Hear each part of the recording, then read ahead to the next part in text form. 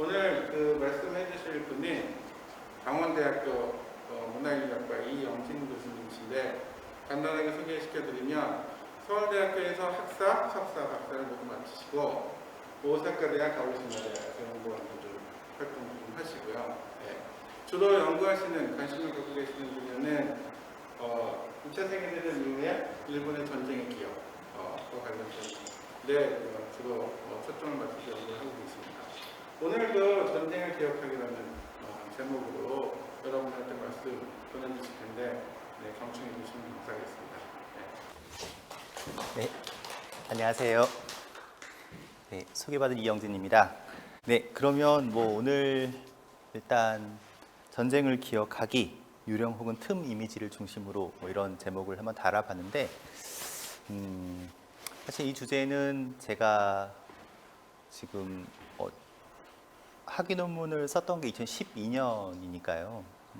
현재까지 학위 논문을 구상하면서 한 10년 넘게, 15년 가까이 계속해서 해온 주제인데 한번 지난 학위 논문 이후에 그 과정들을 한번 간단히 여러분들께 말씀을 드리면서 제 주제가 어떻게 변화하고 있는지를 간단히 말씀드리면서 시간이 남는다면 현재 진행 중인 주제까지 여러분들께 말씀을 드리는 것으로 이렇게 하도록 하겠습니다.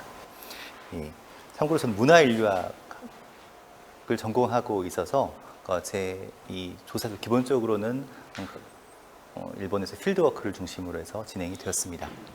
그러면 한번 시작해 보겠습니다. 이게 편한가요? 앉아서 하는 게 편한가요? 앉아서 하는 게 편한가요? 여러분들? 네, 한번 그러면 앉았다 일어섰다 하겠습니다.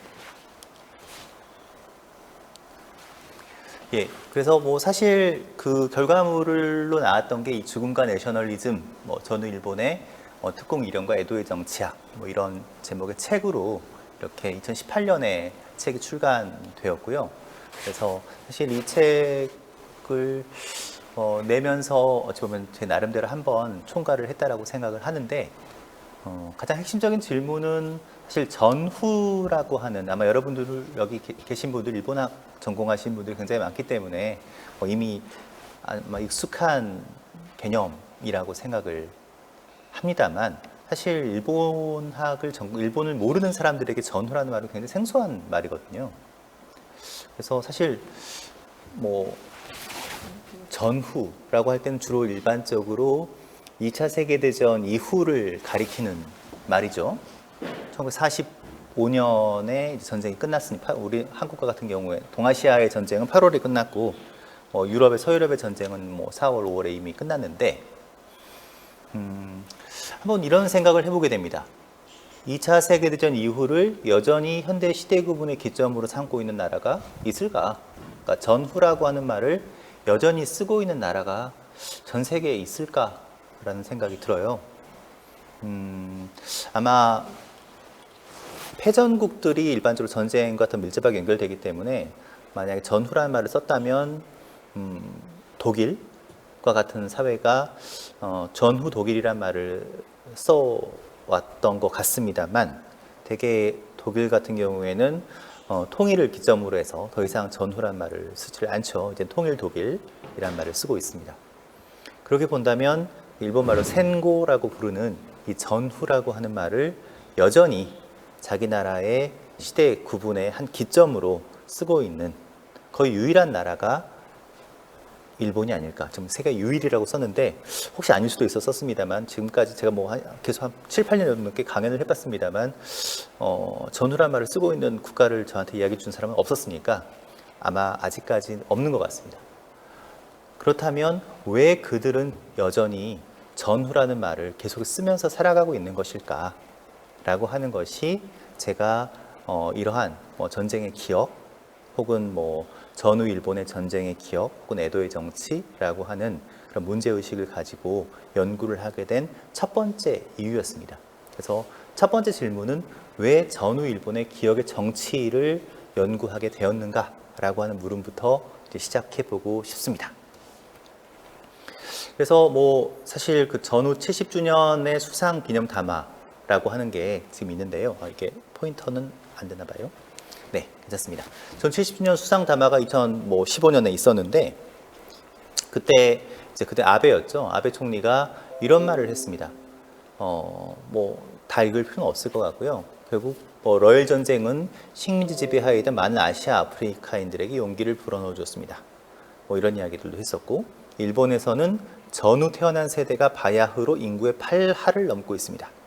저 전쟁과는 아무런 관계가 없는 우리들의 자손들, 그리고 그 다음 세대들에게 사죄를 계속할 숙명을 지워서는 안 됩니다. 라는 말을 했습니다. 뭐 아베 총리의 기념 담화에 대해서는 그 이후에 사실은 의외로 한국 사회에서는 그 담론에 대한 분석들이 실제로 별로 없었어요. 굉장히 좀 의외일 정도로 그냥 무조건 사실 한국 사회에서 일반적으로 아베 총리와 같은 사람들이 발언을 하면 문제가 있다라는 식의 그런 발언들, 비판들은 하지만 어떤 이야기들을 가지고 어떤 식으로 사실 이 역사관에서 문제가 있는가에 대한 이야기들이 거의 잘 나오지 않는 게 사실 한국의 일본관이라고도 생각할 수 있을 것 같은데, 저는 여기서 두 가지 러일 전쟁, 그러니까 사실 러일 전쟁 이야기를 했던 이유는 일본의 근대 자체가 잘못된 것은 아니었다. 어찌 보면 비유럽 국가에서 유일하게 근대를 자력으로 달성한 자기들의 근대에 대한 일종의 평가를 일단 먼저 하고, 그 이후에 일본이 잠깐 잘못된 길을 갔다. 그 잘못된 길을 간 시기가 언제인가는 명확하지 않습니다만 그냥 2차 세계대전이라는 이름으로 퉁치는 거죠. 하지만 아마 여러분들 일본어학 하시니까 잘 아시겠지만 전후라고 했을 때 전쟁은 무엇일까도 굉장히 골치 아픈 문제입니다. 흔히 일본의 비판적인 역사가들이 이야기하는 15년 전쟁, 주고넨 센소라고 할 때의 전쟁, 15년이라고 하는 것은 잘 아시다시피 1931년부터 45년까지 전쟁을 말하죠. 만주사변부터 시작한 전쟁을 말하는데, 2차 세계대전이라고 한다면 사실은 진주만 공습을 시작하기 때문에 1941년입니다. 그러니까 41년부터 45년까지 전쟁을 말하는 거냐, 아니면 31년부터 45년까지 전쟁을 말하는 거냐. 그리고 이 15년 전쟁을 지금은 주고넨 센소라고 이야기하지 않고 일본사에서는 아시아 타이헤이요 센소라고 이야기를 하죠. 아시아 태평양 전쟁이라고 이야기를 합니다.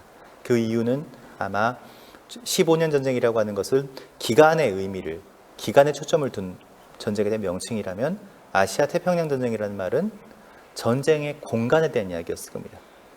왜냐하면 일본 사회에서 여전히 전쟁은 미국과의 전쟁으로 이야기를 하는 경향들이 강하기 때문에, 자기들은 미국과의 전쟁에서 졌다라고 이야기를 하고 싶어 하기 때문에 여전히 태평양 전쟁이라는 말을 쓰기를 좋아하고, 그건 마찬가지로 미국에서 마찬가지죠. 지난 전쟁을 퍼시픽 워라고 부릅니다. 하지만 실제로 일본이 가장 거대한 병력이 주둔하고 있던 전장은 아시아였었고 중국이었죠. 중국과 남양까지 염두에 둔다면, 중국과 그 아래 동남아시아까지 염두에 둔다면 사실 일본은 아시아에서 전쟁을 수행하고 있었다. 그래서 아시아 태평양 전쟁이라는 말을 쓰는 이유는 태평양만이 아니었고 아시아와 태평양이라고 하는 이 전체 전쟁의 영역을 이야기하기 위해서 쓰는 말입니다. 하지만 아시아 태평양 전쟁이라고 썼을 때도 마찬가지로 15년 전쟁을 말하는 거고요. 예를 들어서 한국이 병합된 1910년, 혹은 그 이전 류큐가 병합된 그 이전 시기, 혹은 타이완 청일전쟁의 여파로 타이완이 할양된 시기까지 포함한다면, 그러니까 전쟁이라고 하는 것은, 일본에게서 전쟁이라는 것은 무엇이었는가라고 하는 문제, 그러니까 전후라고 했을 때 전쟁은 무엇이었는가라는 문제는 굉장히 복잡해집니다.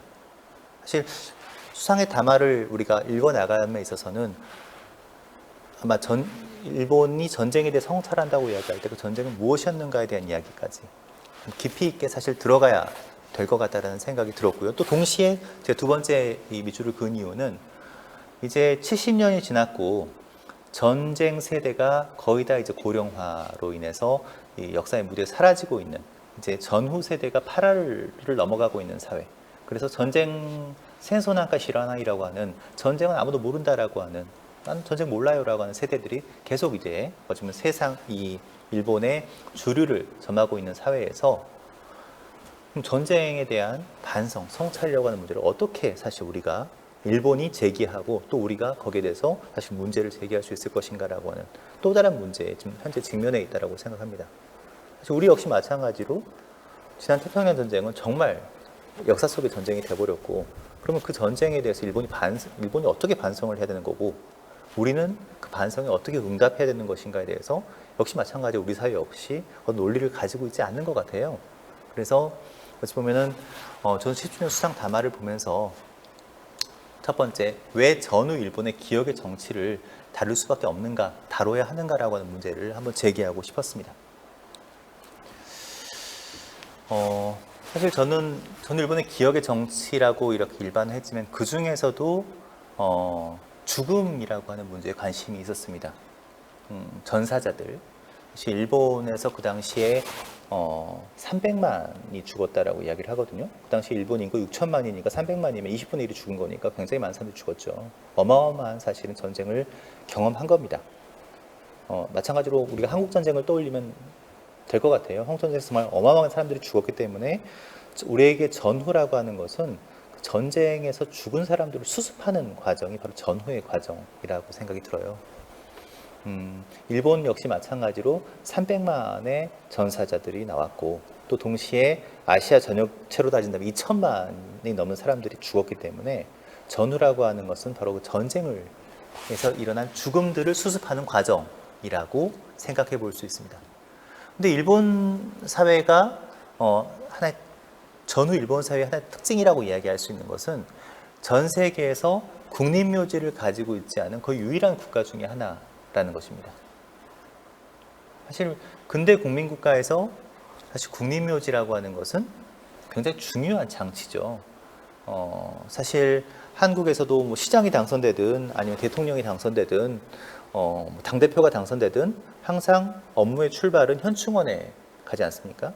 그리고 지금도 문제가 되지만 5.18 국립묘지에 가야 되느냐 말아야 되느냐를 먼저 가야 되느냐 말아야 되느냐를 가지고 논쟁이 붙는 이유는 아마 국민국가라고 네이션 스테이트의 가장 중요한 상상력이 바로 이 국립묘지 속에서 만들어진다라는 거죠. 그래서 제가 뭐 잠깐 인용을 했습니다만 인류학에서 베네딕트 앤더슨이라고 하는 사람, 유명한 학자가 있는데 고전이 된 책입니다만 우리나라에는 상상된 공동체라고 최근에 번역본이 나온 것 같습니다. 굉장히 많은 번역본들이 나왔는데요. 이 상상된 공동체의 거의 첫 문장, 서론의 첫 문장이 아마 이렇게 시작합니다. 무명용사의 묘와 비만큼 민족주의라는 근대 문화를 매혹적으로 상징하는 것도 없다. 이러한 기념물에 공적이자 의례적인 경의를 바치는 이유는 바로 이것이 의도적으로 비어져 있거나 아무도 그 안에 누가 누워있는지 모르기 때문인데 앞선 시대에는 진정한 선례가 없던 일이다. 이 근대성의 힘을 느끼기 위해서는 무명용사의 이름을 발견하거나 위령탑의 진짜 유고를 가져다가 채워야 한다고 고집하는 사람들에 대한 반응이 보통 어떨지 상상해보기만 하면 된다. 정말 기묘한 현대적 종류의 신성모독이 아니겠는가. 그러나 이 무덤들은 식별이 가능한 필멸의 유해 또는 불멸의 영혼이 들어있지 않다는 점에서는 비어있지만 그럼에도 불구하고 귀기설인 국민적 상상력으로 가득 차 있다. 사실 아마 이 서론은 가장 많이 인용되는 문장 중에 앤더슨의 텍스트가 아마 전 세계에서 보더라도 학자들한테 가장 많이 인용된 텍스트 중에 하나인데요. 학자 중에 한 명인데 그 중에 이 서론의 이 문장이 굉장히 많이 인용이 됩니다. 아마 무명전사의 묘지, 국립묘지라고 하는 공간이야말로 근대 국민국가가 만들어낸 발명품이고 그 발명품에는 바로 이 귀기설인 국민적 상상력이 가득 들어차 있다라고 하는 그 메시지를 제시했기 때문이라고 생각하는데 여기서 한 가지 사실은 질문을 던져볼 수 있는 것은 왜 귀기설인, 고스틀리라고 하는 말을 던졌을까? 라는 것입니다. 그게 아마 제가 기억의 정치에 관심을 가지게 된 출발이었을 것 같은데요. 왜 귀기설인, 유령적인 그 무엇인가가 이 국립묘지 속에 들어있을 수밖에 없는 것인가. 그리고 아마 사실 우리가 국립묘지는 항상 정결한 공간으로 남아 있고 항상 거기 전사자들은 순수한 영혼, 나라를 위해 목숨을 바친 정결한 영혼으로 기념되고 있지만 전쟁이라고 하는 것은 결코 그렇게 정결하고 순수한 공간이 아니잖아요. 그것을 국립묘지를 통해서 죽음을 정화하는 가운데 지금 많은 이질적인 다양한 그런 죽음들이 사실 그 공간 속에 공존하면서도 사실은 일종의 스크린 이미지처럼 이렇게 하나의 죽음의 이미지만이 이렇게 들어있다라고 하는 것. 아마 그 때문에 귀기설인이라고 하는 말을 씀으로써 이 공간이 가지고 있는 굉장히 전투적인 측면들을 강조하고 싶었던 것이 아닐까라는 생각도 듭니다. 그런데 사실 일본은 그런 국립묘지가 존재하고 있지 않다라는 거죠. 그래서 요즘 국립묘지 결여야말로 전후 일본의 평화사상의 출발이라고도 이야기를 할 수 있으리라 생각이 듭니다. 그렇다면 아마 많은 분들이 야스쿠니 신사는 뭐냐라고 이야기를 하실 수도 있을 것 같은데, 뭐 항상 문제가 되죠. 야스쿠니 신사라고 하는 공간이 이제 수상이 참배를 하는 것에 대해서 항상 동아시아에서 문제를 제기해 왔는데, 사실 야스쿠니 신사라고 하는 공간은 현재까지도 국립묘지가 아니고 국립의 공간이 국가시설이 아닙니다. 종교법인에 불과하죠. 1945년까지는 육군과 해군이 관리했던 일종의 국가적인 공간이었지만 전후에 들어서 GHQ 시절에 미군에 의해서 종교법인으로 이제 남는 것을 자기들이 스스로 선택을 했고 현재까지도 종교법인으로 남아 있습니다. 그래서 일본 사회에서 수상의 참배가 문제가 되는 것은 야스쿠니 신사의 침략 전쟁으로 동원된 사람들이 묻혀 있는 공간을 자기들이 수상이 참배하게 해서 문제가 된다기보다는 헌법의 가장 중요한 원칙인 정교 분리의 원칙을 어기고 수상이 공적인 자가 이 야스쿠니 신사라고 하는 종교법인에 참배하고 있기 때문에 문제를 제기하는 상황입니다. 그래서 그렇다면 야스쿠니 신사를 어떻게 볼 거냐? 분명히 야스쿠니 신사는 국립묘지는 아닌데 그럼에도 불구하고 사실 야스쿠니 신사는 계속해서 전후 일본 사회에서 본다면 오히려 국립묘지가 없기 때문에 더욱더 어찌 보면 여기서 말하는 것처럼 귀기설인 국민적 상상력을 불러일으키는 장치라고도 이야기할 수 있을 것 같습니다. 그래서 다카시 테스야 같은 그런 전후 일본의 혁신파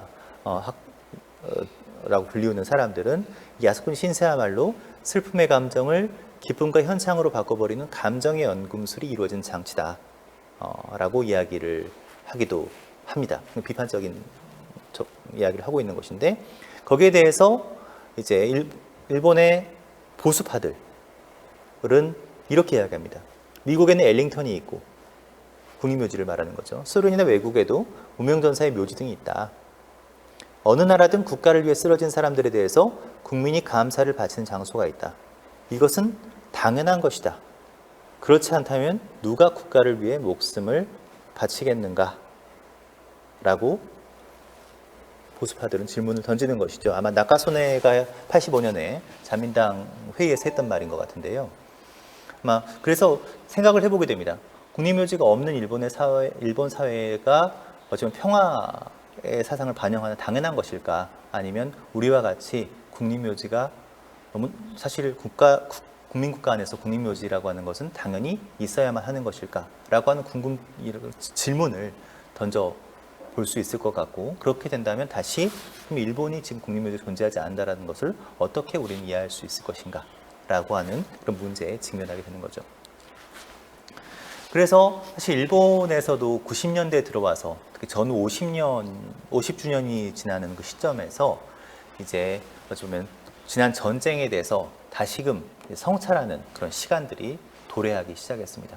95년이라고 하는 시점, 전후 50년이라고 하는 시점이 굉장히 좀 굉장히 좀 중요한 의미를 가지고 있다는 생각이 드는데요. 먼저 논쟁을 간단히 말씀드리면 카토 노리히로라고 하는 문해비 평가입니다. 이 문해비 평가가 패전후론이라고 하는 이 논문을 에세이를 1995년에 군조에 시는데 이 패전후론이 이제 이후에 일본 사회에서 흔히 역사 주체 논쟁이라고 말하는 이 논쟁을 불러일으킨 시발점이 되었습니다. 카토가 말했던 것은 간단하게 이야기한다면 1995년은 아마 일본 정치사에서 본다면 굉장히 재미있는 시기죠. 지금 3당 합당을 통해서 자민당이 이제 다수당이 아니라 사회당, 공명당 연립하는 굉장히 기묘한 그런 국면이었었고 그런 상황에서 수상이 사회당에서 나오는 그런 상황이었습니다. 그래서 수상이 그 당시에 1995년에 전쟁 책임에 대해서 이야기하면서 아시아에 사죄를 했었죠. 근데 그 사죄를 하자마자 강요들이 이제 그 사죄에 대한 수상의 사죄와는 반대의 그 망언들을 하는 현상들이 나타납니다. 그러니까 우리나라의 경우를 보면 대통령이 사죄를 했는데 장관들이 망언을 하는 상황들이 벌어지게 되는 겁니다. 그래서 이 카토가 사실 이런 95년의 시점에서 문제를 제기했던 것은 왜 이런 일본 사회에서 이런 사죄와 망언이 되풀이되는가, 사죄와 망언이 반복되는가 라는 질문이었죠. 그래서 이 반복되는 현상을 지킬 박사와 하이드식의 인격 분열이라고 진단을 하면서 이렇게 이야기합니다. 혁신파의 사죄의 논리로 과연 보수파의 영령의 논리를 부정할 수 있는가? 아시아에 대한 사죄의 논리로 자기 나라 병사들을 영령이라고 부르는 이 영령의 논리를 부정할 수 있는가라는 문제입니다. 그러니까 2천만 아시아에 대한 사죄, 2천만 아시아의 죽은 사람들에 대해서 사죄를 하는 것은 옳다. 하지만 그렇게 사죄를 하면서 300만 일본인 병사들에 대해 전사자들에 대해서는 어떻게 이야기할 수 있을 것인가라고 하는 논리가 일본 사회에서는 존재하지 않는다라고 하는 것이 일본 사회가 지난 전쟁을 직시하기 어려운 구조라고 봤고 그 구조를 이 카토 노리히로는 문예의 비평가였기 때문에 메타포를 쓰면서 비틀림이라고 봤습니다. 저는 일본의 비틀림이라고 하는 것은 바로 아시아에 대한 사죄와 자기 나라 병사들에 대한 자기 나라 전사자들에 대한 사죄를 할 수 없는 이 기묘한 국면이 바로 전 일본 사회가 전쟁을 바라보지 못하는 비틀림의 구조다라고 이야기를 했던 거고요. 그래서 그렇다면 이러한 인격 분열을 어떻게 극복할 것인가 라고 한 그 대안을 이야기하면서 300만 자국의 전사자의 죽음에 대한 애도를 통해서 책임 있는 애도의 주체를 만들어냄으로써 2천만 아시아의 사자에 대해서 진정으로 애도를 해야 한다라고 하는 굉장히 사실 우리는 국민국가적인 상황에서 본다면 그럴듯한 논리를 만들어냈습니다. 사과의 주체로서의 국민을 만들어내고 그 국민이 아시아에 대한 사죄를 하자라고 한 논리. 하지만 이 논리에 대해서는 일본 사회의 보수파도 또 혁신파도 다 맹공을 퍼부었습니다. 말도 안 되는 이야기다. 사실 카토 노리히로의 이 이야기에서 중요한 것은 카토 노리히로가 이런 대안을 만들어냈다기보다는 카토 노리히로가 당시 일본이 처한 상황을 그것을 저는 마음의 레짐이라고 표현을 했는데 어쩌면 감정의 구조라고 할 수 있는 전 일본 사회가 전쟁을 바라보는 굉장히 미묘한 그런 감정의 구조, 마음의 레짐을 징후적으로 포착해냈다라고 하는 것이 카토 노리히로의 이 에세이가 가진 장점이었던 것 같아요. 그래서 저는 일본 사회는 그렇게 본다면 여전히 지난 전쟁의 죽음과 정면으로 마주하지 못하고 있는 근데 만성적인 우울증 사회가 아니겠는가라고 하는 것이 제가 바라봤던 90년대 중반의 일본이었습니다. 그런데 그렇다면 왜 저는 50년이라는 시점에서 이런 이야기들이 터져나오기 시작했는가라고 하는 것이겠죠. 그 배경이 되는 것이 1990년대라는 공간은 저는 50년이기 때문에 생물학적 주기를 보더라도 전쟁을 체험했던 사람들이 이제 고령이 돼서 전쟁에 대해서 한마디씩 발언을 하는 자서전을 쓰기 시작하는 시기였었고요. 또 동시에 국제 정세적인 측면에서 보더라도 냉전 체제가 종식되면서 이제 사실 냉전 체제 하에서는 미소의 냉전 체제 하에서는 일본의 전쟁 책임, 미국이 주도하는 이 동아시아의 냉전 체제 속에서 다른 동아시아의 전쟁 피해를 봤던 국가들이 일본에 대해서 전쟁 책임에 대한 문제를 거론하기 쉽지 않은 상황이었습니다. 같은 편이었으니까요. 근데 냉전 체제가 붕괴되면서 사실 아시아의 각 국민국가들 안에서도 사실 지난 전쟁에 대한 이야기들이 나오기 시작하고 지금까지 냉전 체제에서 봉인되어 있던 지난 전쟁의 기억들이 국경을 넘어서 침투하고 범람하기 시작한 시기이기도 합니다.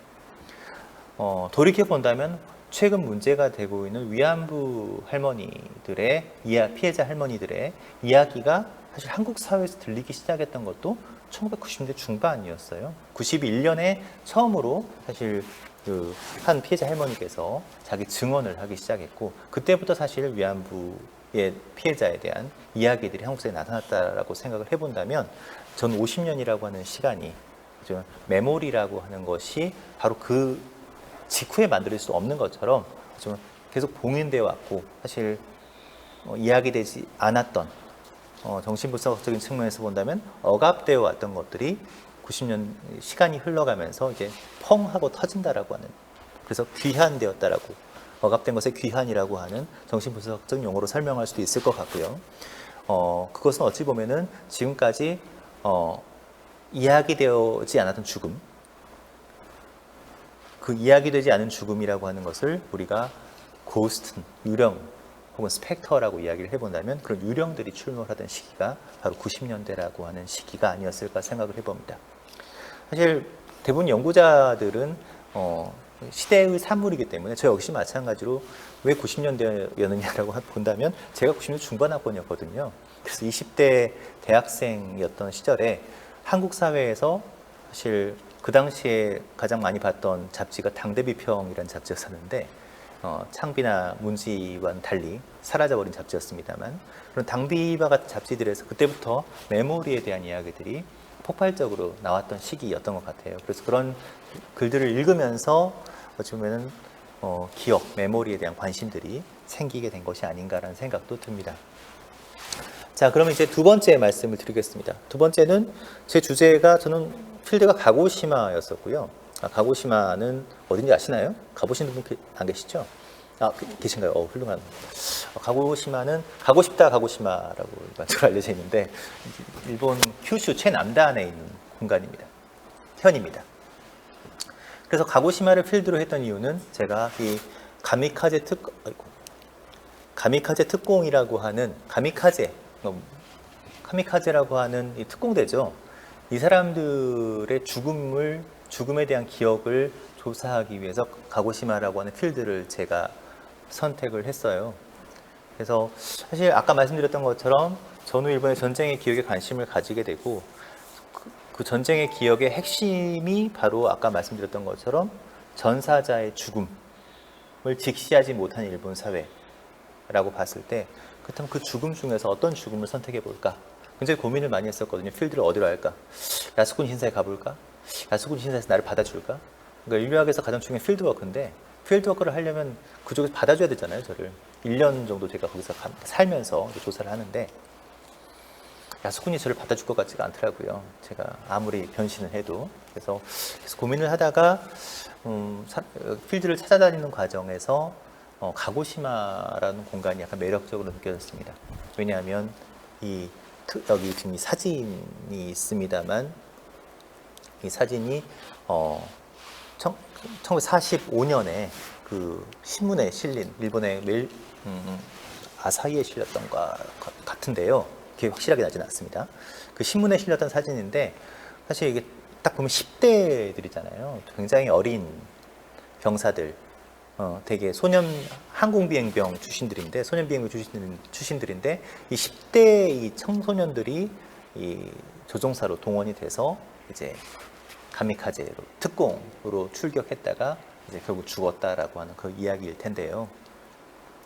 이 가미카제 특공에 대해서는 일본 사회에서 본다면 좌우를 막론하고 가장 성스러운 죽음으로 현재까지도 기억되고 있고 어쩌면 가미카제 특공은 일본 사회에서 전쟁사를 다루면서 가장 인기 있는 테마입니다.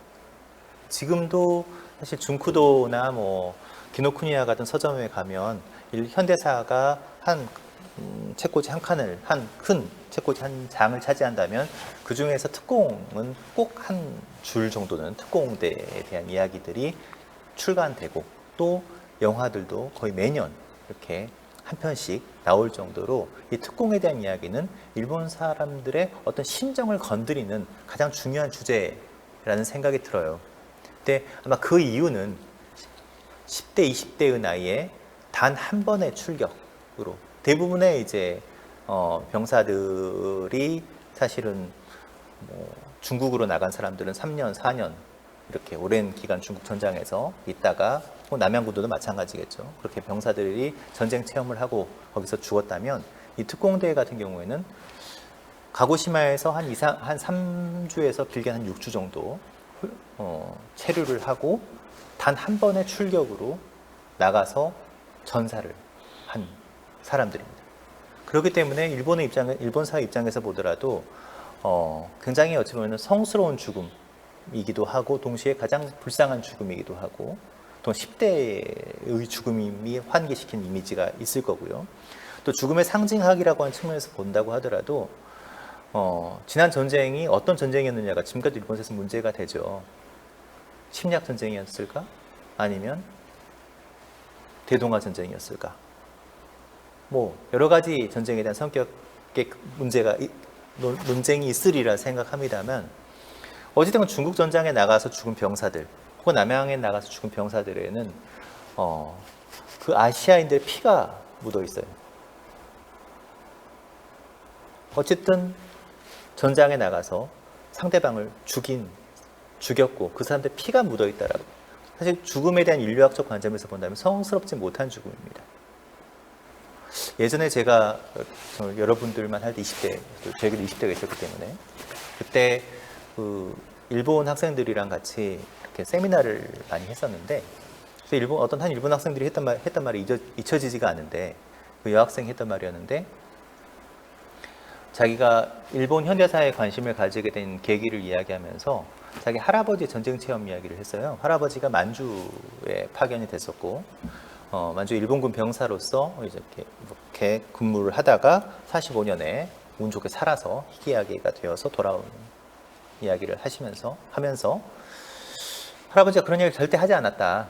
근데 할아버지 죽고 나서 아버지가 이제 그 이야기를 자기한테 했는데 그 이야기를 하면서 그런 생각이 들었다. 할아버지는 전장에서 얼마나 많은 사람들 죽였을까? 근데 그 사람들의 피가 할아버지의 몸에 묻었을 거고 그 묻은 피가 어쩌면 아버지를 거쳐서 자기한테도 이렇게 계속 전해져 오는 것이 아닐까? 이런 이야기를 하더라고요. 아마 내가 일본 현대사를 연구하게 된 이유는 그런 자기 피에 대한 자각 때문이었다라는 이야기를 술자리에서 뒤풀이에서 하는데 굉장히 인상 깊게 들었습니다. 그렇게 본다면 이 특공대들은 그런 오염되지 않은 굉장히 순수한 존재들이기 때문에 일본 사회에서 굉장히 많이 이야기될 수밖에 없는 존재들이죠. 그래서 일본 사회에서 본다면 산화, 순국, 영령 이 세 개가 하나의 삼위일체로 사실 전사들의 죽음을 이야기할 때 많이 쓰입니다. 사실 이 말 굉장히 익숙하죠. 우리 천안함을 이야기할 때도 산화, 순국, 영령이라는 말을 그대로 쓰고 있는데 그렇게 본다면 진짜 한국의 이 군대라고 하는 공간이 여전히 일본의 식민지적인 기원을 가지고 있고 자유롭지 못하다는 생각을 많이 해보게 됩니다. 그래서 그들은 산화했고 그들은 순국했고 그들을 영령이라고 부르는 건데 근데 또 돌이켜본다면 이 죽음이라고 하는 것은 개죽음이 아닌가라고 하는 겁니다. 군대를 갔다 오신 분들은 많이 느끼시겠지만 산화, 순국이란 말 많이 하지만 실제로 우리들은 개죽음이라고 그러잖아요. 군대 죽음 개죽음이라고 그러거든요. 근데 이 개죽음이란 말을 그 사람들 쓰고 있어요. 여전히. 개죽음이라고 말할 수 있는 근거는 10대의 나이에 정말 결혼 한 번 못 해보고 애도 없이 죽은 거 아니에요. 개죽음이죠. 그리고 개죽음으로 이야기를 하는 순간 산화, 순국, 영령이라고 하는 이 이미지가 아니라 오히려 왜 이런 사람들이 그런 비참한 전장에서 무의미한 죽음을 당할 수밖에 없었는가? 왜 무의미하게 죽을 수밖에 없었는가라고 하는 또 다른 물음들이 만들어집니다. 아마 그것이 전후 일본의 평화 사상의 출발이라고도 이야기할 수 있을 것 같고 사실 어찌 보면 전쟁 체험파라고 불리웠던 사람들 그러니까 전쟁을 경험했고 전장에서 살아 돌아왔던 이 전쟁 체험파들의 사상의 논리의 그 핵심에는 쓰러져간 전우들 왜 나는 살았는데 내 옆에 있는 전우는 죽었는가 왜 그는 죽었고 난 살 수밖에 없었는가라고 하는 그 실감에서 비롯된 그 전들의 비참한 개죽음을 상기함으로써 반전 평화를 이어가자는 그런 논리라고도 이야기할 수 있을 것 같습니다. 그래서 우리나라에도 번역이 되어 있어요. 그중에 최근에 한 책 와다스미라고 하는 전쟁 체험파의 그런 하나의 그 모임 단체였는데 이 와다스미 키케 와다스미노 코에라고 하는 들어라 와다스미의 소리를 이라고 하는 책인데요. 그게 전후에 바로 출간돼서 일본에서 좀 어마어마한 베스트셀러가 됐던, 그러니까 전쟁에 나갔다가 돌아오지 못한 죽은 청년들의 학도병들의 유고집이었어요. 근데 그 유고집을 냈던 이 와다스미 회의 한 인물인 하시카와 분조라고 하는 사람이 이런 말을 합니다. 와다스미 회는 다행인지 불행인지 당시 죽지 않았다. 죽지 못했다는 거죠. 그들은 기억하고 감각하고 이해한다. 전후의 삶에서 전쟁을 보고 또 기억 속에서 현재를 상기한다. 제사 지내지는 것에 대한 거부, 완벽하게 죽는 것에 대한 거부. 그것은 일본 역사에서 저항의 원천으로 기능할 것이다. 제사 지내지는 것이라는 말은 야스쿠니 신사에서 제사를 지내지는 것, 혹은 완벽하게 죽는 것, 순국이라는 말로 그들을 기억하는 것을 거부하겠다라는 거고, 그것이야말로 일본 역사에서 저항의 원천이 될 것이다.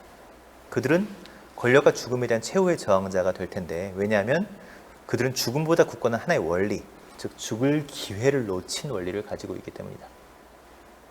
이게 아마 전쟁 체험파들이 가지고 있었던 전쟁에 대한 실감이라고 이야기할 수 있을 것 같고요.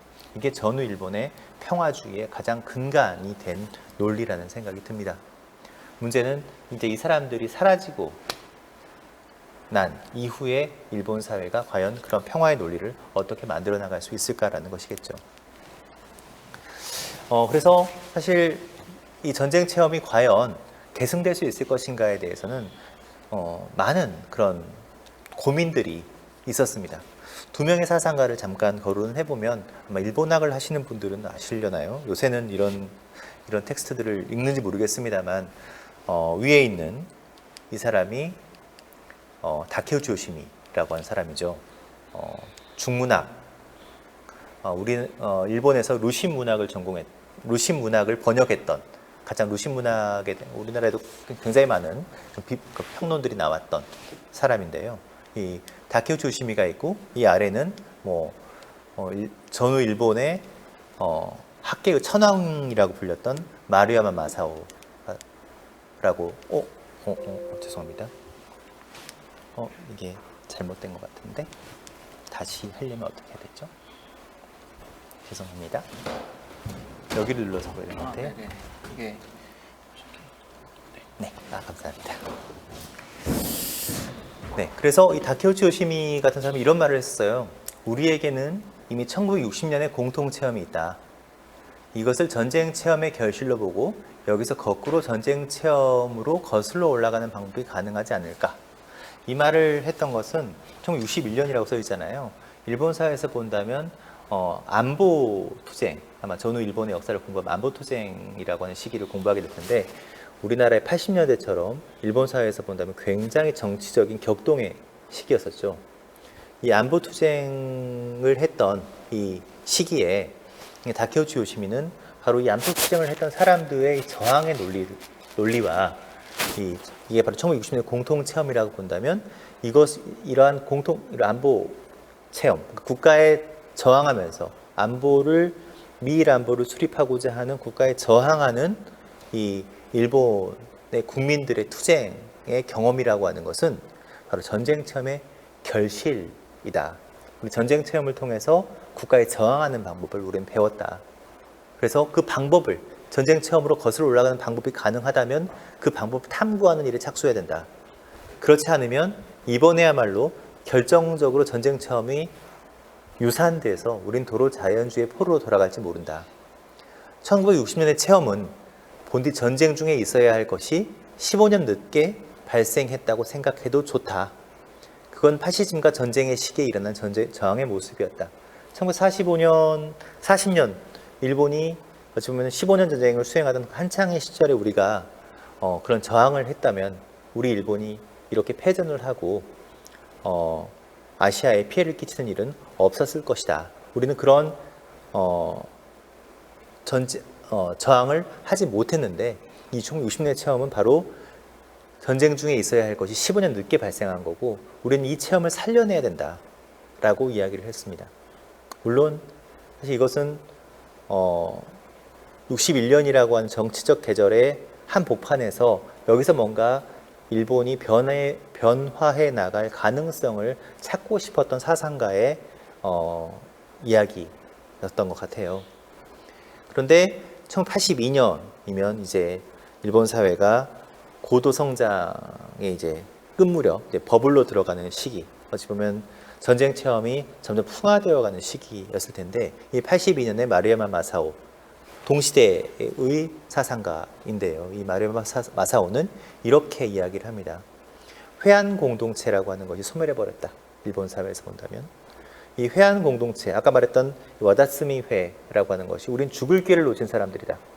우리는 지난 전쟁에서 지난 어마어마한 회한들을 가지고 있고, 그런 회한들이 우리를 하나의 공동체로 묶어냈고, 그것이 우리를 지금 현재까지 일본 사회를 변화시키는 그런 한 동력으로 그 회한이라고 하는 것이 작동하고 있다라고 이야기했던 사람들이었는데, 그런 회한 공동체가 그냥 소멸해버렸다는 거죠. 그러면서 그 소멸의 이유를 이렇게 이야기합니다. 이는 전쟁 책임 문제가 흐지부지 되었다는 것. 전범으로서 한 번 추방된 지도자들이 재등장하고, 민주주의가 부정의 정열을 잃어버린 채 이념이나 운동이라기보다 법률제도 안에 고정된 무언가로 변모된 것. 그러한 전후의 역사 과정과 일치하는 것이다. 내가 되풀이 강조하고 싶은 것은 그러한 경향이야말로 근대 일본의 소위 업이며, 그것이 전후는 끝났다라고 이야기되는 시기부터 한층 가속화되었다는 것입니다. 그래서 지식인은 다시 각 직업 영역에 참호에 들어가 버리게 되고, 소위 반체제 측도 나름의 폐쇄적인 동료 집단이 되었다는 것이 오늘날의 상황이 아닐까라고 생각합니다.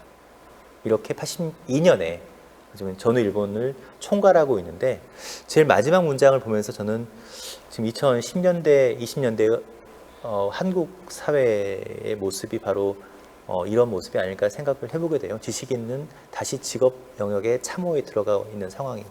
더 이상 사실은 발언의 능력을 상실해버린 그런 사회. 보면은 현재 한국의 상황과도 겹쳐지는 것 같습니다만, 어쨌든 이런 전쟁 체험의 소멸에 대한 이야기를 하고 있습니다.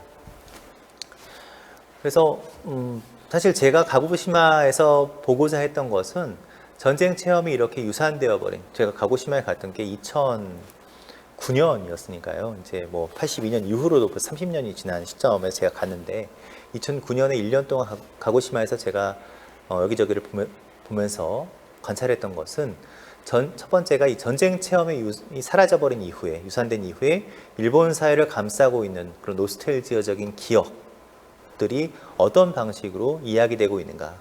그래서 지난 전쟁에 대해서 미디어가 어떻게 재현을 하고 있고, 일본 사회의 그런 평화기념관들은 어떻게 내러티브를 만들어내고 있는가를 바라보는 것이 제가 연구하면서 가장 먼저 착수했던 그런 작업이었습니다. 그래서 아까 전일본 사회의 감정의 레짐이라고 이야기를 했는데, 전일본 사회 전사자의 전쟁의 기억에 대해서 이야기를 해본다면, 전사자들을 평화의 초석이라고 이렇게 부르면서 좀 1945년 이후에 현재 한 1990년대, 2000년대까지 계속해서 그들을 평화의 초석이라고 부르면서 기념하고 기억해 왔습니다. 굉장히 많이 쓰는 말이에요. 평화의 초석이라는 말은 어디에 가나 어느 지역에 가나 있습니다. 수상의 말에 8월 15일 기념식 때는 항상 하는 말인데요. 근데 평화의 초석이라는 말은 애매합니다. 왜냐하면 왜 전사자들이 평화의 초석입니까? 왜 지난 전쟁에서 죽은 전사자들이 평화의 초석이라고 불려야 되는 거죠? 물어봤습니다. 왜 평화의 초석이에요? 라고 이야기하니까 그 사람들도 모르겠더라라고 이야기하면서 한마디 했어요. 듣기 좋잖아요. 평화의 초석이란 말이. 좀 애매한 상징인데, 그런 애매한 상징이었기 때문에 저는 이 평화의 초석이란 말이 라고 하는 상징이 승리할 수 있었다라고 생각을 합니다. 그런데 90년대 이후에 전쟁 체험 세대가 소멸하면서 기존의 상징 공간이 쇠퇴를 하고, 일본 사회의 기억 공간이 점차 보수파들에 의해서 독점되는 상황이 현재 계속 이어지고 있는 것 같습니다. 그래서 평화주의와 같은 그런 추상적 이론에 대해서 감정, 즉 애국심이 승리하고 있는 상황이 바로 현대 일본의 상황이 아닌가라는 생각이 듭니다. 그래서 제가 사실 이 첫 번째 공간은 가고시마에 있는 특공 평화회관이라고 하는 공간인데, 정말 가고시마는 일본에서 굉장히 멀리 떨어져 있기 때문에 사람들이 잘 찾지 않는 공간이지만 이 가고시마 평화기념관, 특공 평화기념관 같은 경우에는 매년 60만 이상이 찾아와요. 굉장히 핫스팟 중에 한 곳입니다.